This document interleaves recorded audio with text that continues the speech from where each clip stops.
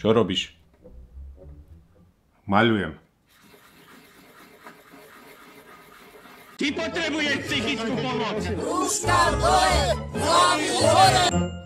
Čaute, čaute. Volám sa Adam a vítajte pri... Nič nové. Takže co, pustíme sa do toho? Vy všetci kritici Smeru, ktorí ste tvrdili, že Smer, alebo teda politici Smeru neplnia sľuby, tak teraz ho splnili. Štát vráti peniaze za pokuty v čase pandémie. Tak ešte poprosím diaľnicu, sociálne istoty a mier. My nie sme dokonali. Robíme chyby. Ďula, tebe vrátia peniaze? Sa ani nepýtaj. Bločík som už dávno vyhodil do koša. Aj to mi je ľúto. Každopádne, ak príde ďalšia pandémia, čo niekedy príde, tak kašlite na pravidla. Na čo dodržiavať pravidla? Na čo? Si rovno môžem povedať, že budem vyzerať ako koľko do piče. keď to dodržiavam. Ako vieš, že príde ďalšia pandémia? Nejak to cítim. Mne prišlo zvláštne, že vo filmoch o zombíkoch sa tak veľa ľudí premenilo na tých zombíkov. No po prežití pandémie už tomu rozumiem. Ja som ale na pandémiu zombie pripravený. Ďula, mám niečo aj pre teba.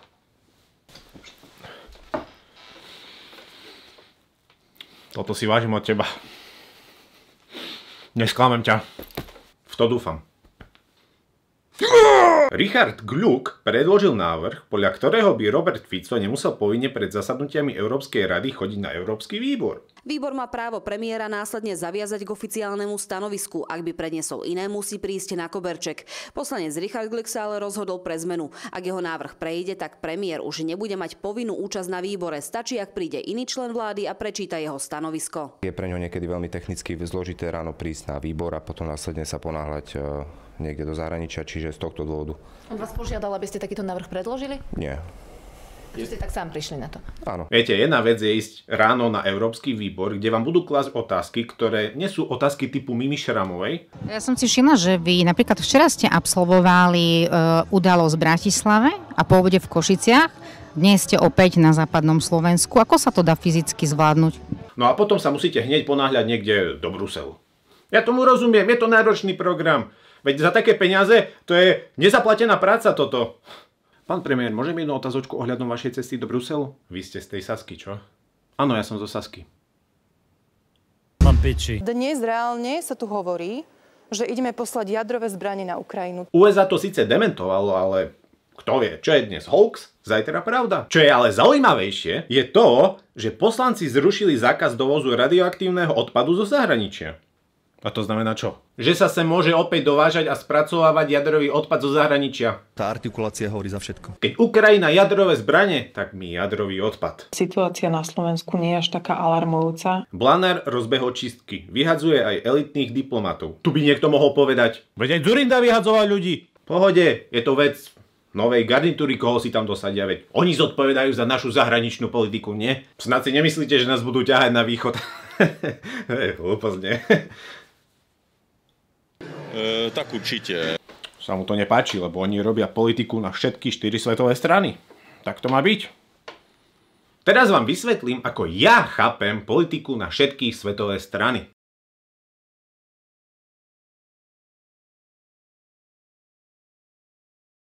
Tuto som si označil západ, východ, sever, juh, aj keď tu niekto by mohol namietať, že Zetko by mohol byť Rusko. Politika na všetky svetové strany je taká, že na sever a juh zatiaľ neexistuje. Povedzme si otvorene, neexistuje. Pardon. Doma poviem vec, napríklad, že Západ je vojnový štvač, že podporuje Ukrajinu vojensky a nesnaží sa o nejaké mierové riešenia.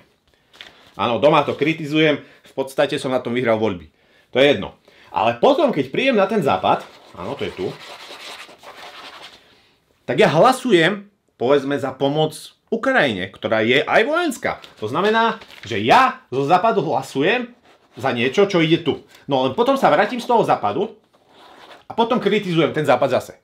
Aj keď som za to hlasoval v podstate, áno? Dobre, čiže prvú časť by sme mali. Ďalej, povedzme.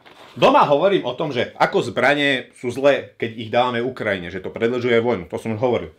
No lenže my tie zbranie v podstate predávame na tú Ukrajinu. My ju tam predávame. No a čo robia tie zbranie? No zabíjajú ruských vojakov.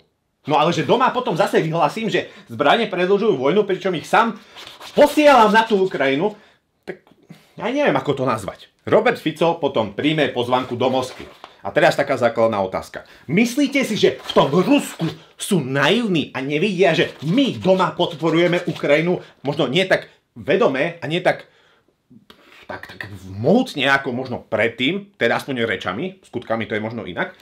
A oni v tom Rusku vidia, že my podporujeme tú Ukrajinu. Oni nie sú naivní. Naivní je toto je naivné. Áno? Čiže Putin je si vedomý, čo robí naša vláda. Taký západ, čo kľudne môže byť aj sever, aj juh, niektoré časti, tak oni si tiež uvedomujú, čo rozpráva naša vláda, alebo Robert Fico o západe. Oni to počujú. Niekto by mohol povedať, ale veď boli aj v Číne. Áno, správna pripomienka. Veľmi správne, mladý muž. Lenže aj v Číne vedia, kto alebo čo je Slovensko, alebo ako sa správa. Oni Slovensko nevnímajú ako strategického partnera, ale ako krajinu, v ktorej si strategicky môžu rozširovať vplyv v Európe, povedzme. Jasné?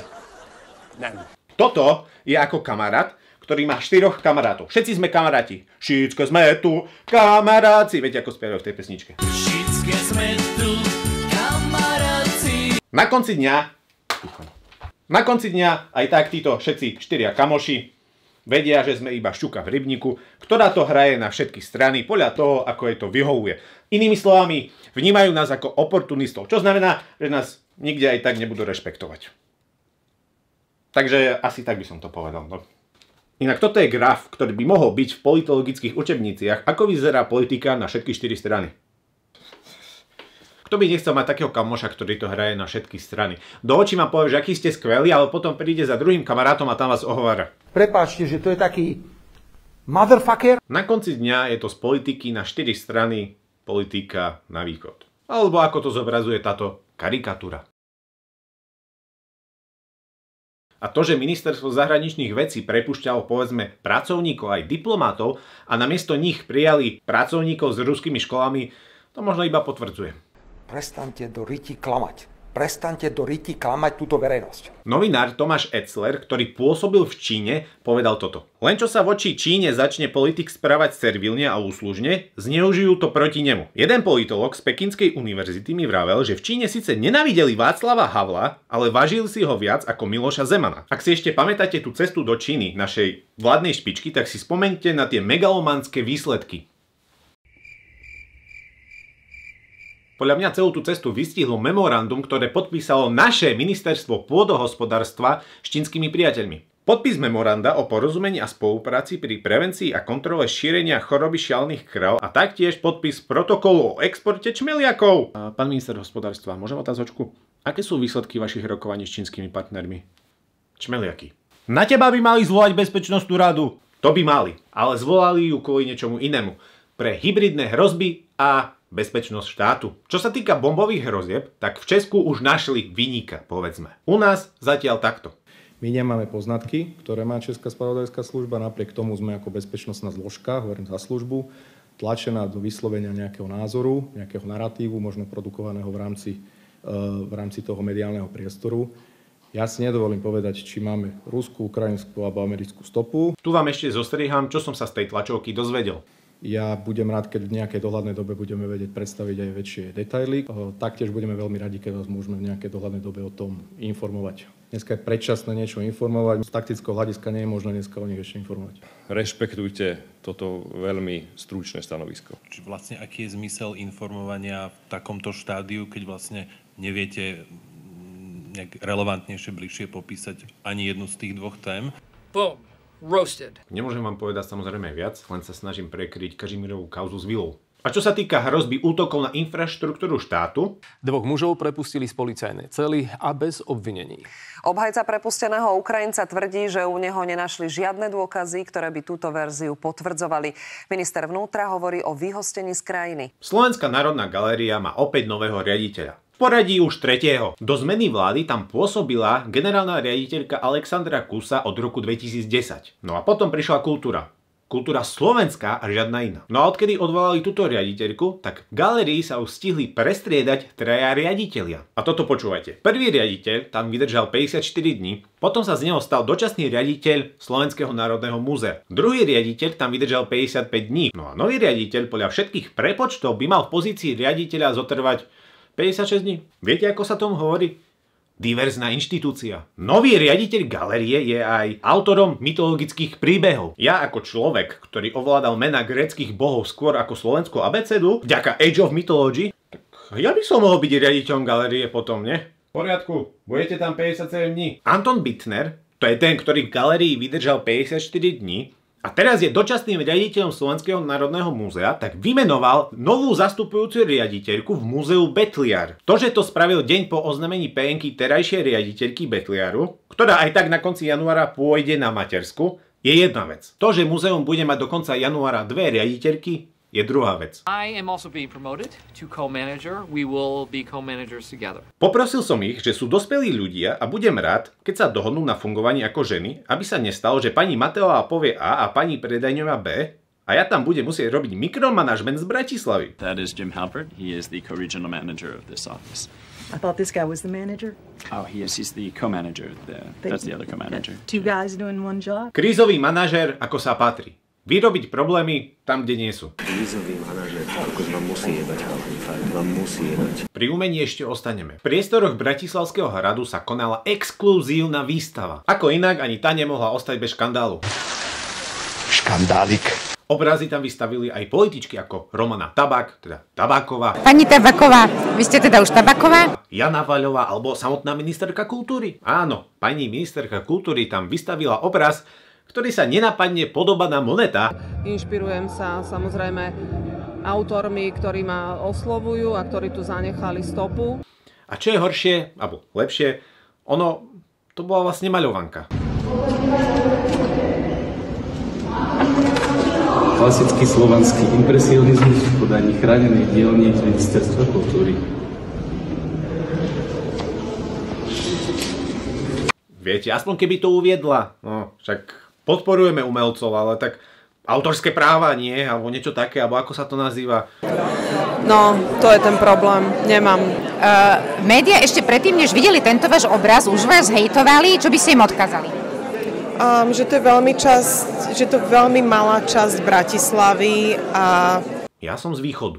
Možno ste to o mne nevedeli, ale ja tiež rád maľujem. A možno by som tiež rád vystavil svoj obraz, povedzme, niekde v priestoroch Bratislavského hradu. Čo by si tam chcel vystavovať? Veď ty nevieš maľovať. Čo by som nevedel? Rád by som vám predstavil môj obraz, ak mi teda dovolíte.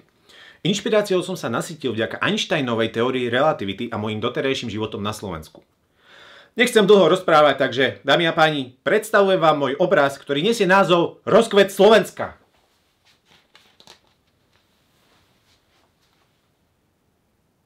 Tento obraz som namalovala v New Yorku počas štúdia v New Yorku. Apolitické zoskupenie Jednoty dôchodcov Slovenska opäť vracia úder. Aby sme sa vyhli nejakým problémom. Je rozdiel medzi Jednotou dôchodcov Slovenska a dôchodcami. Len taká vsúka. Ja som tu dneska za mládežnickú organizáciu Jednoty dôchodcov na Slovensku. Predseda Jednoty dôchodcov Slovenska Michal Kotian vyzval nemocničných lekárov, aby stiahli svoje výpovede. Hovorí o nezodpovednom správaní odborárov a na druhej strane potrebných konsolidačných opatreniach. Tento argument by som bral, keby takto rozprával aj o 13. dôchodku, že na nich peniaze nemáme, že sa na nich budú skladať pracujúci ľudia a že sa to premietne v konsolidácii. Počuli ste niečo takéto? Myslel som si, ty sociálny netvor. Možno som fakt naivný, možno som fakt nevzdelaný a možno fakt tomu nerozumiem. Priznám sa, 13 rokov tu vládli sociálni politici aj s prestávkami. Stále hovorili, že ako im záleží na tých dôchodcoch. A ja sa teda chcem opýtať, prečo je doteraz niektorá časť dôchodcov stále odkázaná na ten 13. dôchodok, aby mohli slušne žiť? K tomu sa nebudem vyjadrovať, lebo neviem, ja som vtedy tam nebol. To je ako keď vám muž alebo žena povie do očí, ako vás veľmi miluje, že chce byť s vami do konca života, ale chodí vás podvádzať so susedom. Tak to je toto isté. Je smutné a nespravodlivé, ako lekári pri svojich požiadavkách vôbec nekomunikujú ani nezohľadňujú, kto vybudoval väčšinu nemocníc na Slovensku, ktorých dnes sa liečia všetci pacienti, väčšinu škôl a univerzít. na ktorých získali aj naši lekári vzdelanie. Infraštruktúru, ktorá umožňuje im a ich rodinám prístup k vzdelaniu či práci. Vyhlásil Koťan s tým, že ide aj o výsledok 10 ročí práce generácie dnešných seniorov. Mám to chápať tak, že za súčasným stavom v zdravotníctve je aj výsledok 10 ročí práce generácie dnešných seniorov? Pýtam sa pre kamaráta. To teraz už nikto nemôže štrajkovať ani za lepšie podmienky. Týmto idiotom nie je nič sveté. Ani zdraví ľudí.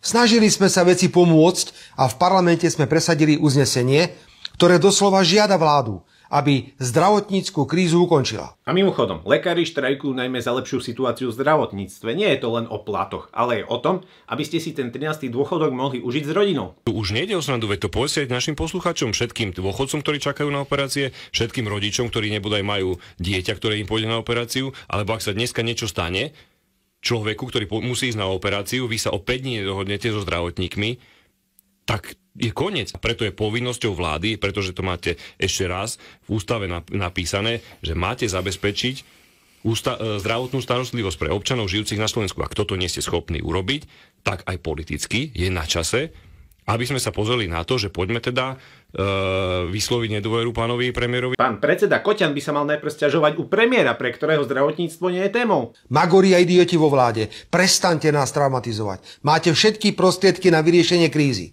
Ak to nechcete, zbalte sa a vypadnite. Alebo nech poprosí pána Bartéka, ten mu s radosťou pomôže z PR. Ďakujem veľmi pekne za slovo. Vážený pán predseda Jednoty dôchodcov na Slovensku. Pán Barték je vychádzajúcou hviezdou Hlasu. Majster prázdnych slov. Silné reči už mal pred voľbami. Ak má byť deficit našej krajiny 5,5%, tak bude 6,5% a to 1%, čo vychádza 1,1 miliardy, to pôjde do regiónov. Pretože my túto krachujúcu ekonomiku, kam nás doviedla táto partička, ktorá tu aj sedí, potrebujeme naštartovať od asfaltu, od betónu a začať musíme v regiónoch, kde týmito investíciami musíme vytvárať pracovné príležitosti pre rodiny, pre mladých a dobudovať tam všetko, čo im tam chýba. Ale zachytil som od pána Pellegriniho niečo také, že štartovné pre mladých. 30 000 pre každého absolventa. Prosím vás, potom ešte miliardu do regiónov. Skade vy tie peniaze berete? Pán Bartek, ozaj mi povedzte... Už prosím vás, zastavme pána, a to štartovné, no potrebujeme niečo urobiť pre tých mladých ľudí. Dnes sa dostane mladý človek po skončení jednoducho do tohto marazmu. Ako mu majú mladí rodičia pomôcť? Ja som lavičiar a ja sa budem vždy snažiť o to, aby títo mladí ľudia vedeli nejako vykročiť rozumne do života. Kde je mojich 30 000 eur? No. Ja sa musím zasmiať, pán Bartek, keď vás počúvam. Ja ako stredoľavicovo-pravicový anarchokapitalistický libertarián hovorím, že my každému mladému absolventovi dáme nie 30 000 eur, ale 50 000 eur. A viete čo? Mením to. Každému dáme 100 000 eur. Vždy všetky financie a peniaze budeme smerovať najmä na podporu našich slovenských regiónov a občanov Slovenskej republiky. Kde mojich 30 000? Voľte nás. A máme tu ďalšieho pána z Hlasu. Tu predražená sedačka. A tu pohovka pre šoférov 1774 eur. Tu čierne, matné, kovové nožičky. Tu remišovej stôl 14 054 eur. Tu vešiak. Tu remišovej sedačka 8151 eur. Tu trestné oznámenie za machinácie pri verejnom obstarávaní. To bolo vtipné celkom, hej, uznávam. Pán Raši, tak dúfam, že ste teda podali to trestné oznámenie na Veroniku Remišovu, nie? Ako ste podali trestné oznámenie? No, trestné oznámenie musíte podať na neznámeho páchateľa. Podľa viacerých právnikov je toto tvrdenie zavádzajúce. Trestné oznámenia na neznámeho páchateľa majú za úlohu chrániť oznamovateľa. Dovolil som si teda trošku sparodovať pána ministra a upraviť to na inú tému. Tu Slovensko.sk, tu intuitívna stránka, tu nemusím chodiť na úrad. Tu ja pred úradom. Chápete, ne? Pán Raši a terajší prezident Peter Pellegrini boli niekedy lídri v digitalizácii Slovenska. Chápete? Ne? Taká oddychovka na záver. Moje srdce mi napovídá, že se nejlépe cítím jako bizon jménem Freddy. To protože jsem nebinární a jméno Freddy mi sedí nejlíp. A pokud jde o rody, tak nejspíš ono, protože ani ona, ani on, to prostě nejsem já. Ať se cítí každý jak chce, ale cpát tyhle nesmysly do dětí, to už je opravdu za hranou. Kde sú tie časy, keď sme vyrastali na slovenských rozprávkach ako túto? Viete, a toto je konkrétne výber z Dobšinského. Mataj, a ty ešte žiješ? Spýtal sa biskup. Žijem, zašepkal Mataj. Na teba čakám, veď vieš, čo si mi sľúbil. Nemôžem zomrieť, kým sa ti nevyspovedám. Vždy, keď povedal, koho zabil, odpadlo jedno jablko. Premenil sa na holúbka a holúbok odletel do neba. Tak postupne vymenoval všetkých, čo zmárnil, až napokon len na samom vrcholci ostali visieť ešte dve najväčšie jablka. A kohože si ešte zabil? To už nemôžem povedať, zahorekoval Mataj. Keď nepovieš. Ach, Bože, zmiluj sa, zastenal Mataj. Jeden je otec a druhá mať. Tu odpadli aj tie jablka a dva holúbky odleteli do neba. Aká krásna i rečitá slovenská rozprávka. No vidíte, Citrón má námet na nový roasted. Tak, máme to za sebou. Ďakujem, že ste si pozreli toto video. Dúfam, že sa vám páčilo. Ak áno, tak... Áno. Á, ďalšia radosť vo mne. Dúfam, že vaše regióny sú zaliaté novým betónom a asfaltom. Zvuky vášho okolia dotvára znamenitá tónina.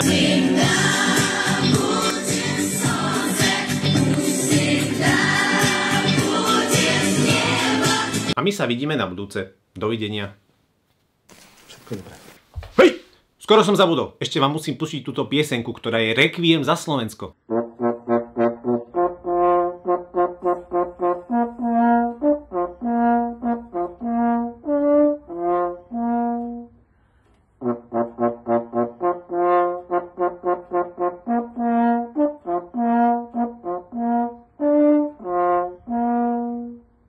Prepáčte mi to, akože už buďme normálni, nebuďme psychiatrickí pacienti.